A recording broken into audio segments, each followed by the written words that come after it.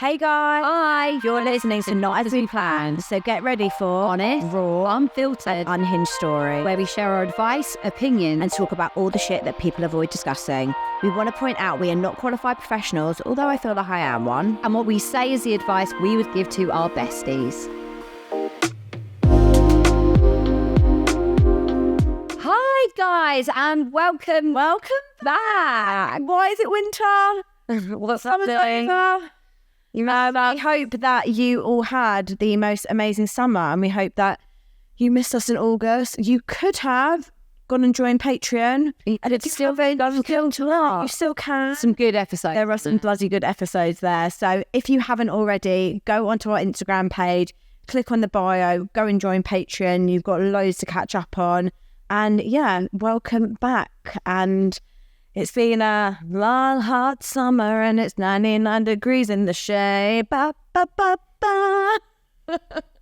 Okay, well, we think we should do like a little catch up. So, Cat's up. It's hard to remember what we you did a holiday. Okay, fine. So That was like your first thing. 'Cause you went away quite soon after. yeah, broke up from school and then went straight on holiday. Best holiday I've had with the kids. It was Love that. so nice. It's for the first time I completely let go of any routine. I think I've always been like a bit like they should go to bed like maybe like 9 o'clock. Like, although that's still out of routine. This was literally like they were going to bed at midnight. They were waking up at 10:30, 11. Yeah. It was so nice my mum being there. I think being in an apartment rather than a hotel, we weren't structured to mealtime. Yeah, when breakfast and stuff, eggs. Yeah. This is my favourite part of the holiday, like in a hotel. Like, who doesn't love a breakfast buffet? And it was just really nice to kind of completely let loose. Loads of their friends were there, and that is what made the holiday. It was like a constant play day. I know that. So like, yeah, my mum came with, but my mum was literally just like one of us. We were with all my friends the whole time and their kids. We went to different apartments every day. We were together every evening. So the kids just had friends the whole time. They were so well behaved. Blake slept through. What? So apparently he needs to go to bed at midnight and swim every day in order to sleep. So in other words, he's not sleeping again. And that We marry a rich man. yeah, and that was just so. It made like I actually, you know, when you go on holiday with kids, you're like, I now need a holiday from my holiday. I didn't feel like I needed a holiday. I genuinely felt like refreshed because I slept every night. The kids were waking up late, so I'd wake up at like 2 hours before them and go on like a nice walk while my mum laid in. What a dream. It was really, really nice. So yeah, we're going to do it again next year for longer. And yeah, everyone was asking where Airport Dad was, but he didn't make the cut. He didn't want to come. Girls trip. He can't tolerate it. And it was really nice being with my mum as well, because like she's literally not my best friend. Yeah. So yeah, it was really nice. And then I can't even think. Taylor Swift. Oh my God, yes. Taylor Swift was better than my wedding day. And that's why her marriage ended. It was honestly the best night. I feel like it was like, do you know what I love about My sister's been fine. Someone gave her a free ticket. So I'm going again. I was really holding out, hoping I would go again. What I love about the fans, the Taylor, is like, no one judges anyone. Everyone's literally like dancing like however they want, screaming. Like, it's just so, everyone's so nice. And it literally just felt like a load of girls singing their hearts out with these songs that probably got them through breakups. It was just so therapeutic. So yeah, that was an epic night, never to forget. I've still got, you can see my 13 on my hand has stained my tan Forever. and ever. So it had Swifty. What I'm laughing that you're doing. I don't know. Should I share it? I shared it a bit on Patreon. I have gone back on the dating apps. I'm trying to think what to share and what not to share, guys. I unpaused my Hinge for about 20 minutes. And I was in flux. And in that 20 minutes, Sexy. in that 20 minutes, I matched with this guy. Let's call him What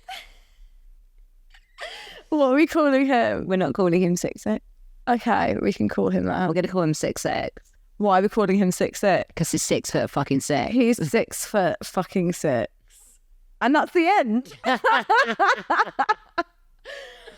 all you need to know, Ignore right? ignore all the red flags. If they're 6'6", they get a fucking hall pass. Look, it's very early days. I like tall people. Apparently. Paranese has found a new kink. No, that's the wrong word. A new trait she likes in men, which is height. Yeah. So, That's that. I feel like that's it. I don't feel like You good. like.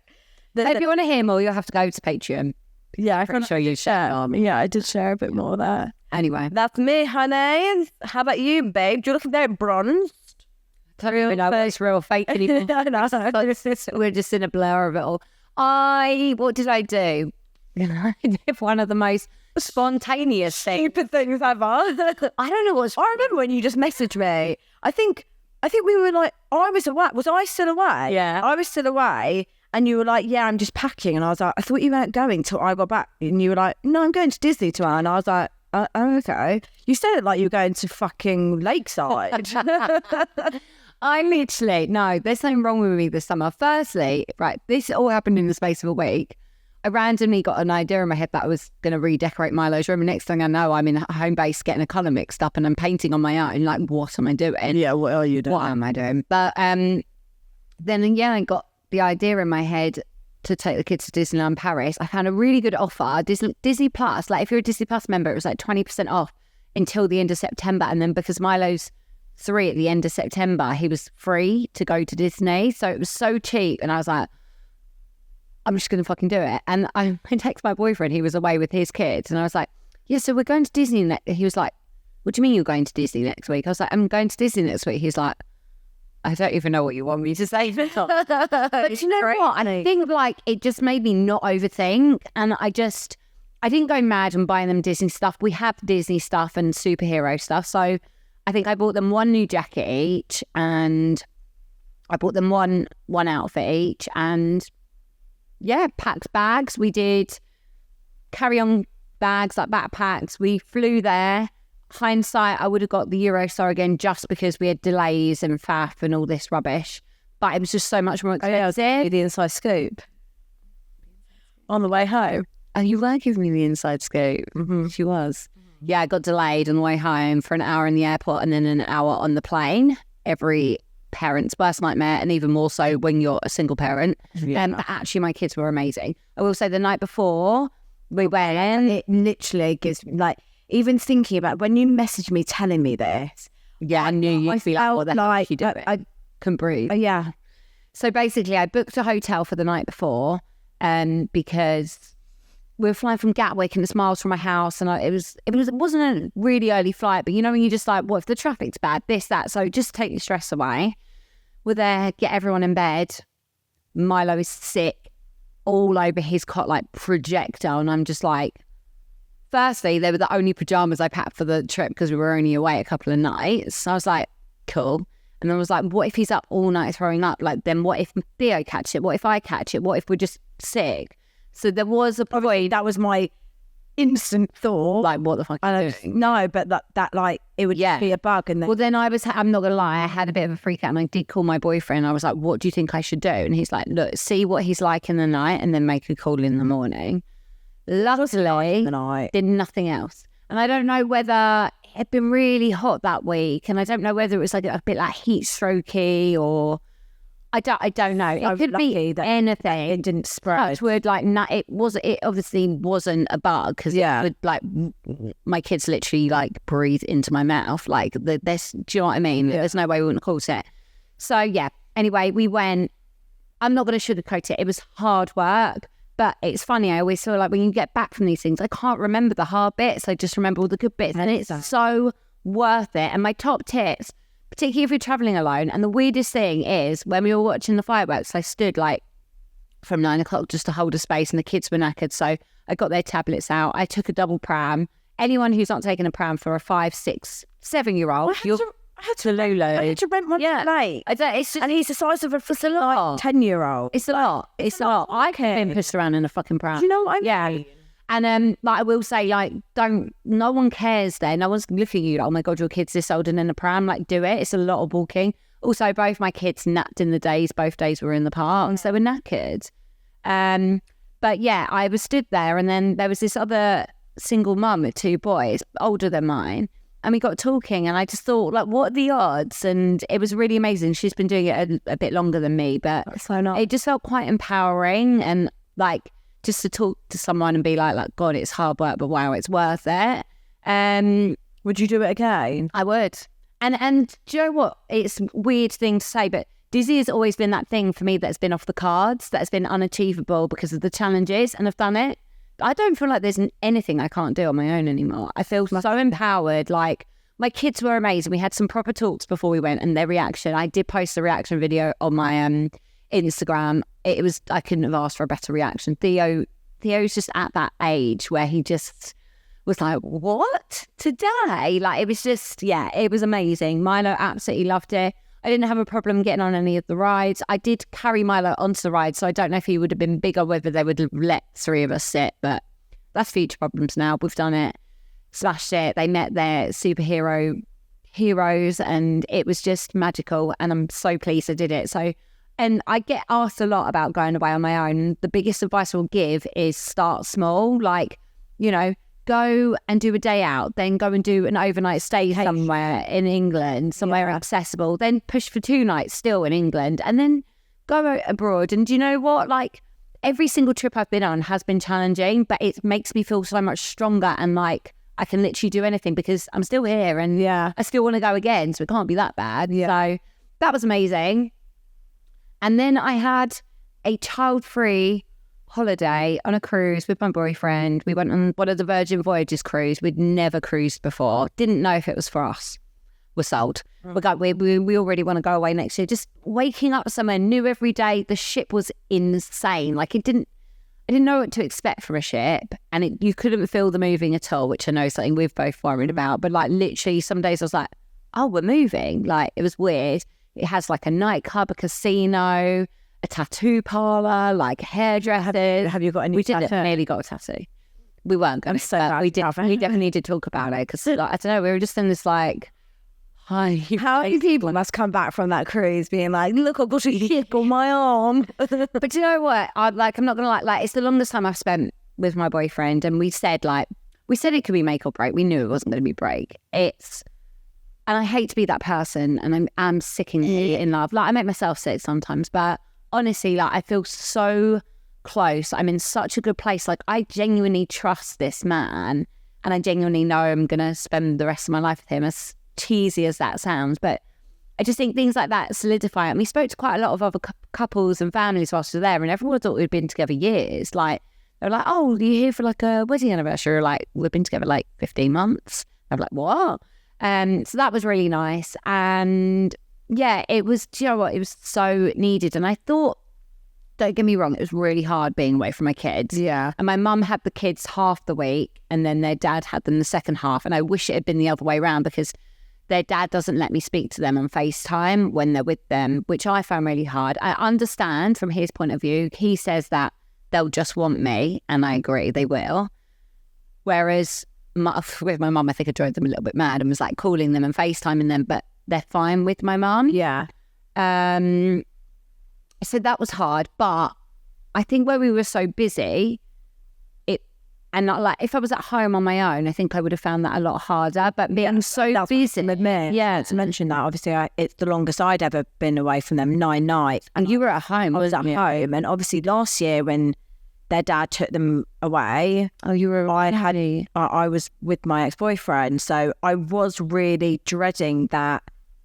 It is that bittersweet, because it's like, you want to make the most of it. You know, before you know it, they're going to be back, and then you're going to be time for you. Yeah. And you know what? I'm not ashamed to say I really enjoyed it. Like, I genuinely did stuff for me, and one thing I did notice though is without my kids and some more structure to my day, I did less than I do when I'm with them because I work better under pressure. Yeah, as bad as it is, I really thought that I'm going to sort my house out. I'm going to get all my work done. Literally, sometimes I was so overwhelmed with my to-do list that I just sat there. That's what I do. And then I think you also think, oh, I don't get the opportunity to just sit and do nothing. So you're in a battle with yourself about what you should do. Yeah. I agree.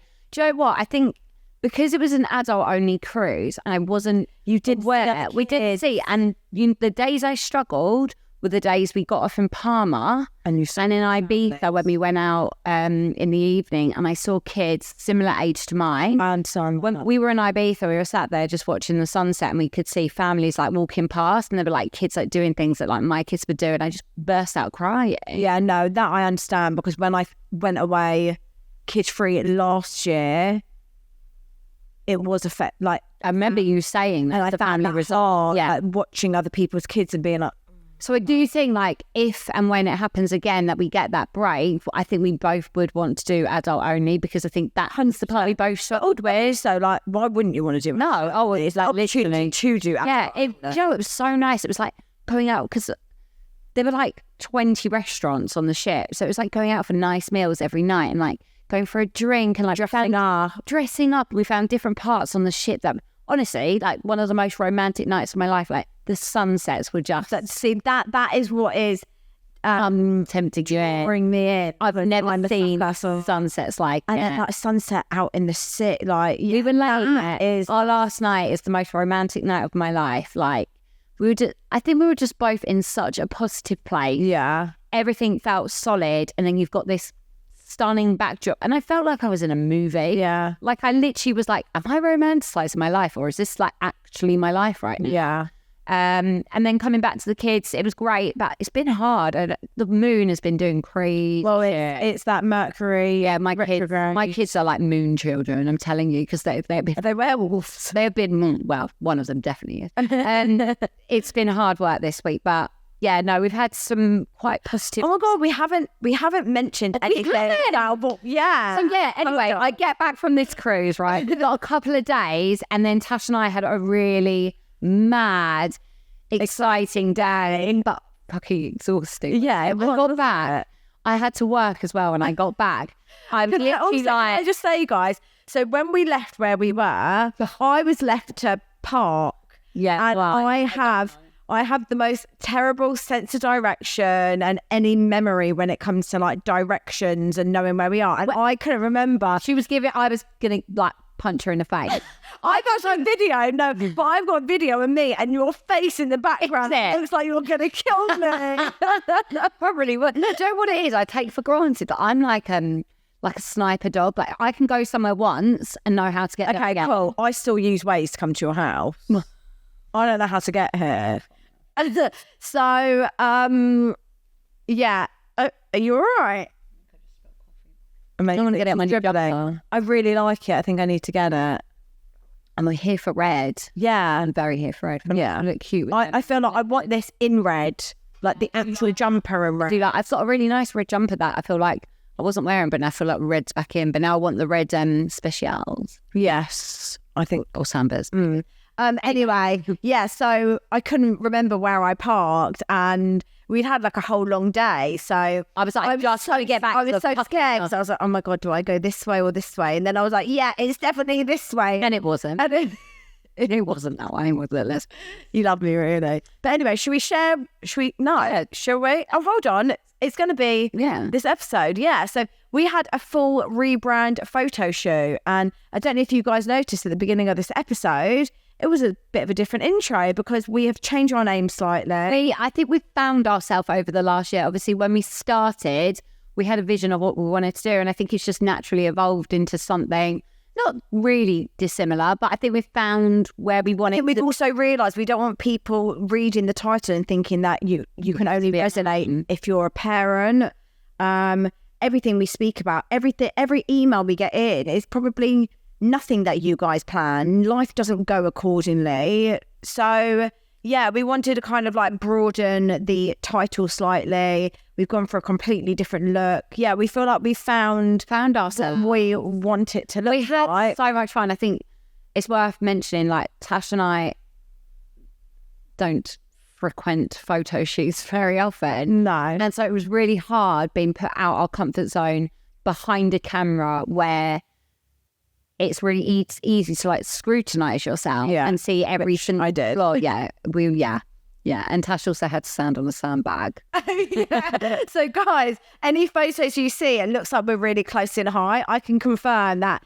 I think Kylie had to bend a bit. I had to bend as you had to go. And I had to stand on like a sandbag. Can I also just say I'm not particularly tall. I'm 5'6". She's just really short. Or 5'1". Yeah. I mean, 5'1", 6'6". Can you imagine? Can you imagine? Anyway, should we dive in some emails? Let's dive in. We've received an email that's really stood out to us because we've never had this before. We've never had a response from an ex-husband in replying to an email that we read out. So we thought that we'd start with that because it's very different. And I'm intrigued to see what he has to say. Should we quickly remind you guys? So we read out an email. I think he said episode 53. Mm-hmm. And she pretty much shared that. So she had shared in her email, I think they'd been together for something like 12 or 13 years. They had 2 or 3 children. I can't remember how many children. And he was caught, I think, messaging sexually a number of women. Multiple women. And I think that she got confirmation that he had kissed one of the women because she went to her house. She went on a walk during lockdown. Yeah, you're right. There was someone, was she the one? There was someone really far away as well. There was someone else that he was messaging really and then something happened on her 40th birthday. He called her the name of one of the women. And she ended it. So yeah, we have a response from him. So should we crack on? God, it's giving me anxiety even reading this. Hello. I'm writing just in response to an email you received from my ex-wife that was read out approximately 7 minutes in of episode 53. Oh, guys, go back to episode 53. 7 minutes. Writing down, making the notes. Right. Before I start, let me be clear that I am not trying to defend what I did. How I acted was completely unacceptable, and you're both absolutely correct in your assessment of me being the problem, a prick, and a loser. I bet Tash said all 3 of those things. I feel like I'm slightly less blunt. Loser. You're a prick. You're a problem. You're a fucking loser. I can imagine. I know. Listen back. I feel like generally our podcast is you reading and me swearing or making facial expressions. Right. However, there are some things that are either not true or deeply exaggerated. Whether that is by yourselves, well, we don't exaggerate. We read what is in front of us. Yeah. Or my ex-wife, I'm not sure. Yeah, can we just say, when we read these emails, I guess this is a disclosure really, we read word for word. We don't change anything. The way you write is the way we read. We don't even cut them out. We don't cut parts out. We read everything. So, yeah, we are not responsible for what is read out. We are literally reading in. Everything is written in anonymously. It's wild that someone can listen and know it was about them. What if it's not? What if? Yeah, what if this is? Yeah, what if it's not about your ex-wife? What if this is someone else? I didn't think. Yeah, might just be a really similar situation. I find it wild that someone would listen to that podcast. Do you know what I mean? Yeah, we must be reaching people. Mm-hmm. Right. And also, can we quickly pause for 1 minute? Can we actually just touch on the man hate that we got on that post? Oh my God. So I'm not going to lie. I've cried about it. Have you? Yeah. I laughed about it. So I've gone back and forth. Can we quickly just touch? So in case you didn't know, there is a teaser that we put on our Instagram, and we snippet, literally 30 seconds. And we speak about when the kids come back from their dad and they don't smell like them. They don't smell like home. We specifically said it's not a bad smell. I probably, as always, made a bit of a face, but then I went, it's his aftershave. I think it's safe to say it is not toxic to admit that you do not want that constant reminder of the smell. Even that. No, but even my ex-boyfriend, we don't share kids with each other. If a man walked past me wearing his aftershave, smells have memories. They bring emotions back. That's not me, my kids coming back and me being like, ugh, you stink of your dad. Get in the fucking bath. So it wasn't like that. My kids have a bath every single night. It was just like, let's go and have a bath. It wasn't, I think, I don't know, particularly... Sometimes when we talk, like, I'm not saying we exaggerate it, but like, oh my God, like, anyway, these men... The way we talk to each other is like, the way we talk in this podcast is how you would a friend. That is how I would speak about it to a friend. Yeah. So, yeah, do you know... Anyway, it's gone viral and every the negative comment are men. I'm not and they man are hate. so fucking triggered. That's why I laugh about it. I did write a few funny replies back and I was sat there going... They're so triggered. They're like, you two are red flags, you two are toxic. No, we're salty, middle-aged, bitter women. I've never been called fucking middle-aged in my life. So can you fucking please just both us as laughing? That's what I'm more pissed off about. Well, the thing is, why it hasn't bothered me is because I know how wrong they are, and I know that also it's all men. Every single woman is agreeing. Every single man. So do you know what? So many women are saying, oh my God, I thought I was going crazy. I thought I was the only person that noticed this smell. I just thought it was really funny to see how triggered these men are, being like, like, I hope your kids don't see that. No, one of them was like, no wonder your ex-husband left you. Like, please, like, we left, honey. Like, just really nasty comments. Do you know what? I'm not going to sugarcoat it for me. I think this last year I've realised, I think I thought I was a lot more thick-skinned than I am, and things have been getting under my skin lately. And I hate the thought of offending people. I take things really personally. I am a people pleaser. I like to keep people happy.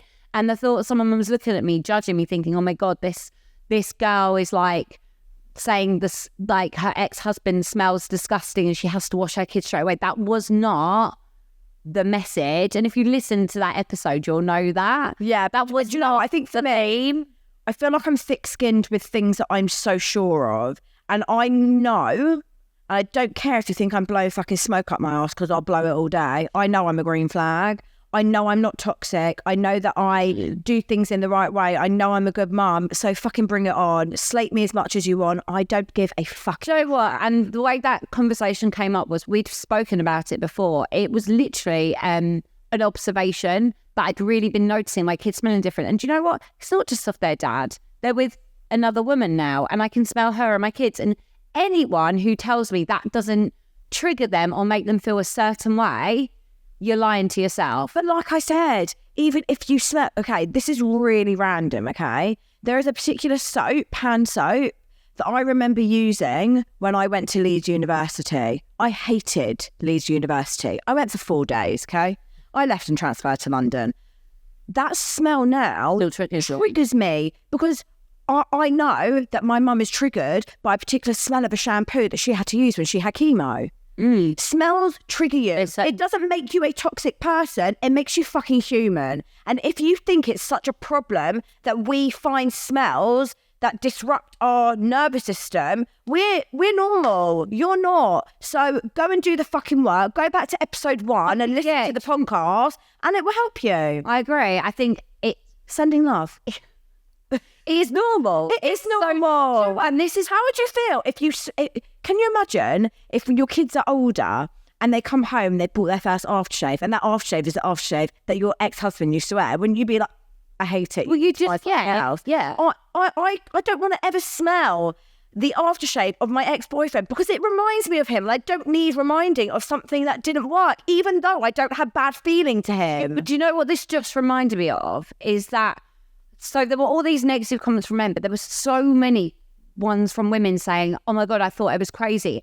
And I think that's what we want to normalise on this podcast is we talk about the shit that no one talks about because we think we're delulu or we think, oh, we can't possibly say that. We talk about it because it is fucking normal. And that is one thing that I have noticed and I do find hard when my kids come back, smelling of another woman, smelling of my ex-husband.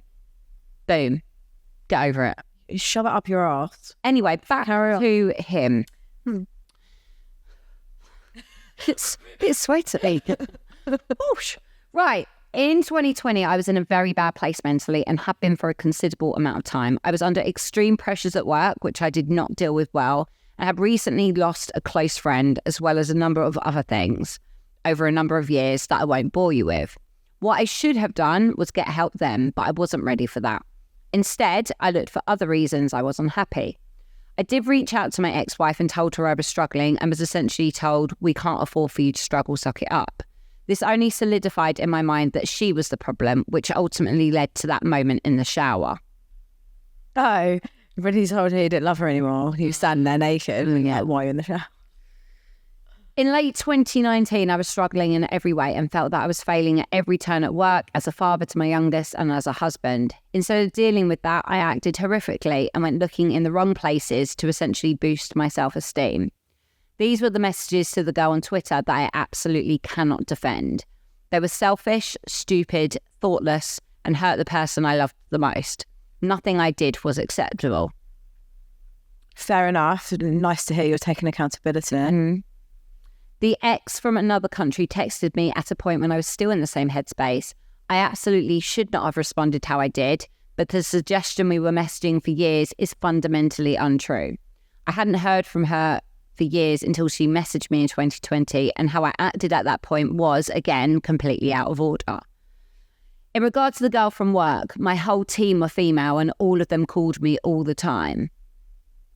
I had a job where I was essentially on call 24/7, 365 days a year, and could never switch off, hence the stress and how I managed it badly. You are absolutely right that I should not have liked those Instagram posts, but it was nothing more than that. It was disrespectful though, and I accept that, and it shouldn't have happened. Okay, well, I can need accountability. Mm-hmm. That was up until 2020, and I was in a really bad place for 6 months when asked me for a divorce. I knew at that point I had to sort my head out, and for the following period of time up until early 2023, I thought we were happy.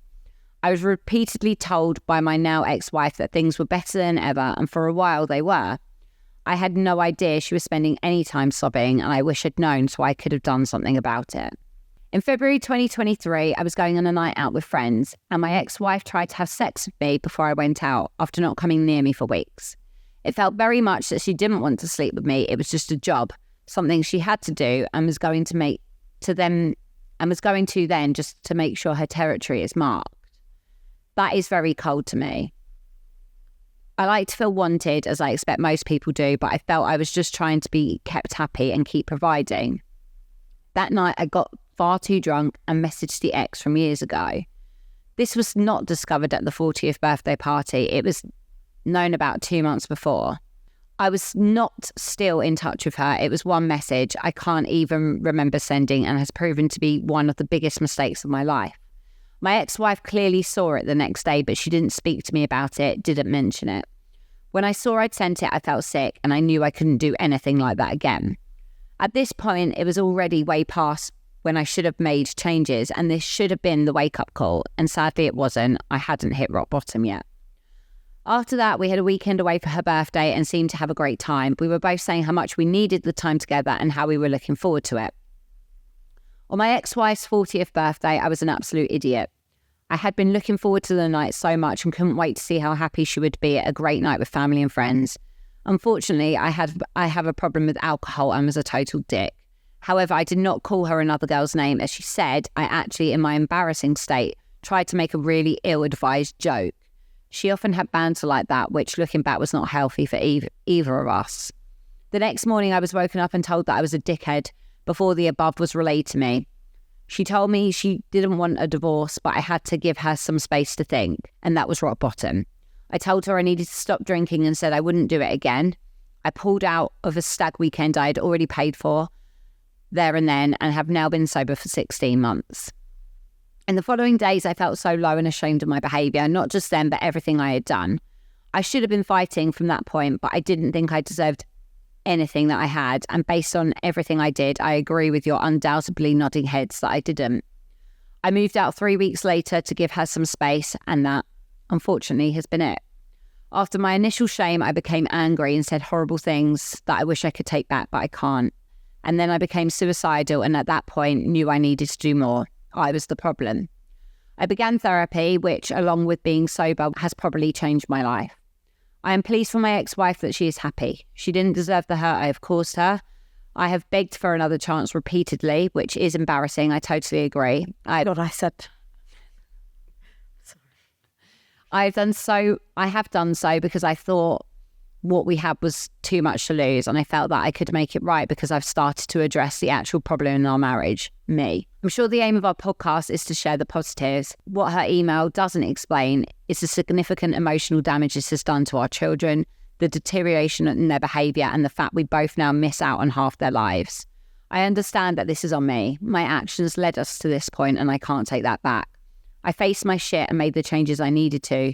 Just too late to save the thing I loved the most, my family. She has moved on and is happy, which she deserves, but unfortunately nobody else in this process, not including me, obviously, it doesn't matter what I feel, nobody else has been left without scars.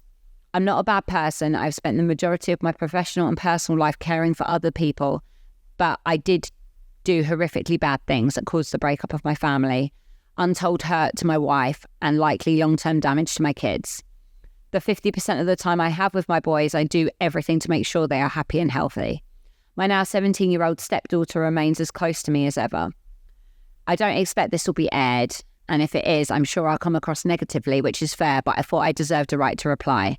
Nobody should stay with someone who makes them unhappy, but people can change, and breaking up a family is a heavy price. It should not be done lightly. One further thing I forgot to mention, I was never ever jealous, afforded the attention given to my children, as was implied. While she was pregnant, on both occasions we didn't have sex at all for the duration of the pregnancy, which was because I was always too worried about the kids. They have always been my everything. The problem was me in other ways, and I looked for reasons to not accept that. Do you know what? I think it's really, really interesting to hear the other side, because he is taking accountability. I think but it's taken a while for him to get there by the sounds of it. Yeah, I think him, making a few comments about timelines being wrong and he didn't do this, like, it's kind of irrelevant. Like, that you did wrong.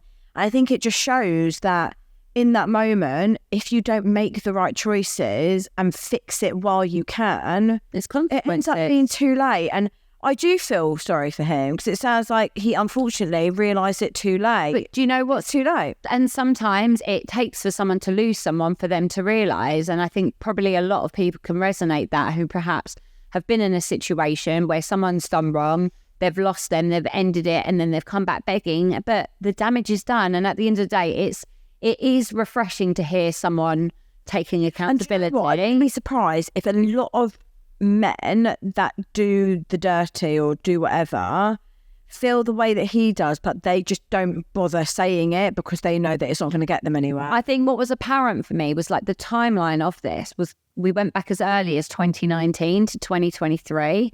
That's 4 years. And I think, like, it's not me judging or anything. And I do think, look, it's not even just men, it's women as well. Sometimes we see things and we recognise things in ourselves, or sometimes we can't even see it happening. But if we're not taking accountability and trying to change them, through things like therapy on our own, or through, if you've got an alcohol problem, addressing those, other things happen. Other things consequently happen as a result of those things not being in control or in a good place. And people get hurt. And yes, when things like this happen, kids do get affected. And that is the heartbreaking thing, and we can only do what we can following it to make sure, I think I'm very aware of not wanting my kids to have any childhood trauma that they take into their adult life. And I think the way you conduct yourself now and show them respect, and maybe you might not be with each other, but you still both have the opportunity to show your children what like a healthy, loving relationship is at some point. I think also that I feel like once I realised that my marriage was over and I was gonna, divorce and have that two household, whatever, I then had that goal of what I wanted my co-parenting relationship to be like. And I think one thing that you can take away from this is you're genuinely doing the work now, taking accountability, taking responsibility. You won't repeat history if you're aware of this. So You know, your ex-wife has found someone and you've got the opportunity to eventually find someone and undo your wrongdoing. Yes, it obviously would be nice by the sounds of it, you'd like to do that with the person that you hurt, but she's happy now. So you hopefully get to do that with your next person. So I really appreciate you email. I've made that. I feel sad because it sounds like you still love her and you'd still like to make that work. Or too late. But I think you have to recognise it's not just a one-time mistake. It's things that have been repeatedly happened. You know, there has been disrespect towards your wife, which I know you're taking accountability for, and I'm sure you can understand why she wouldn't. And I understand you're doing the work now and you feel like you could be all those things, but these things do have long-term effects on people. I know if I was in the same position, you know, where my ex-husband wanted to come back, it would be absolutely damage is already done. But like I said, you do the work and make it right with the next person. And sorry for calling you a loser. Okay, this is called Hookers While Carrying His Babe, and this is me and my daughter 18 months on. I think she's emailed him before. She said, "Hey, so ladies, I have an update." She was going to get married. Was she? I'm sure she was going to get married. She had to make the decision like it was a few days before. Okay, well, let me read this. Hold on. So, remember me, hookers when I was pregnant. Well, as predicted, he struck again. I think the last sentence to the email I sent was the fact that his new girlfriend possibly didn't know half of what he had done to me. And with her, he always made out like now he was living his best life until 3 weeks ago. Fill me in. I woke up to a long message from an unknown number a few weeks back and soon realised it was my ex-husband's new girlfriend. Oh. Addressing that she would like to talk to me at some point, and unfortunately it was down to an event that has taken place for them a few weeks prior. I agreed, more so out of curiosity than anything else. I mean, who wouldn't? I have the plan. She then went on to explaining that she went on a trip to Spain with her girl pals, and when she landed she didn't hear from him. Thinking it was weird, she confronted him and asked if he was cheating on her. He swiftly disagreed and told her to apologise for making such candid accusations. When she came back from Spain, her gut could just not let it go. So she went on his work phone and there it was. The hotel confirmation and messages of a night spent with a hooker. He's addicted. She woke him up and confronted him. He said a member of staff, male, had made the booking because he was also in a relationship and couldn't book it himself. Another massive lie. He even got his member of staff, bear in mind he manages an estate agent and in charge of these people, to call her and say it was him. She still didn't believe it, so he eventually came clean. It's the extent that these men go to cover up their bullshit lies. I think that is one of the things when someone gets caught and you've got some kind of evidence, and then it's like you just want to straight and be like, just admit it. But then you can see the lies and you're like, they're getting more ridiculous. They're literally getting more ridiculous. This raccoon came through the window and pushed my face onto her vagina. And I didn't know what else to do, so I sucked my tongue out and helped. So that might be dehydrated and I was going to die. So I needed to consume her juices from her vagina. Otherwise, I'd be dead if someone was holding a gun against my head. Like, literally, guys. Can I just say, I had some evidence of quite a lot of things. And the bullshit that I got fed, I'm going to write a book. I mean, I already am, but I actually think I'm going to change it. Like, it was wild how their mind just... But I think they end up believing it. Yeah. Like, literally, they're like, right, this is what happened. Oh, she's still... Okay, not only this, but she lent him £8,000 to clear some car finances. Wait, she'd only be going out with him a few months. Stupid. Poor girl. The sad thing about this story is that even after I told her everything, the lies, cheating with staff members, hookers, debt, she stayed with him. However, I don't blame her. I stayed for 8 years. He would cheat again and will never learn. Wasn't losing everything once enough for him? No. And do you know what? That's where I feel like the guy whose email that we just read, if you do happen to listen to this regular email, like, be proud that you are actually taking accountability. Yeah, you fucked up, but like, you can make things better moving forward with someone else. it's not the same thing, different person. I think a lot of people do that. 100%. The lies that this guy tells blows my mind, and the total relief that I'm not with him is so satisfying. Like, I really, really relate. Like, there's no better feeling than realising it's no longer your shit and no longer your problem. Oh yeah. Yeah. I relate to this.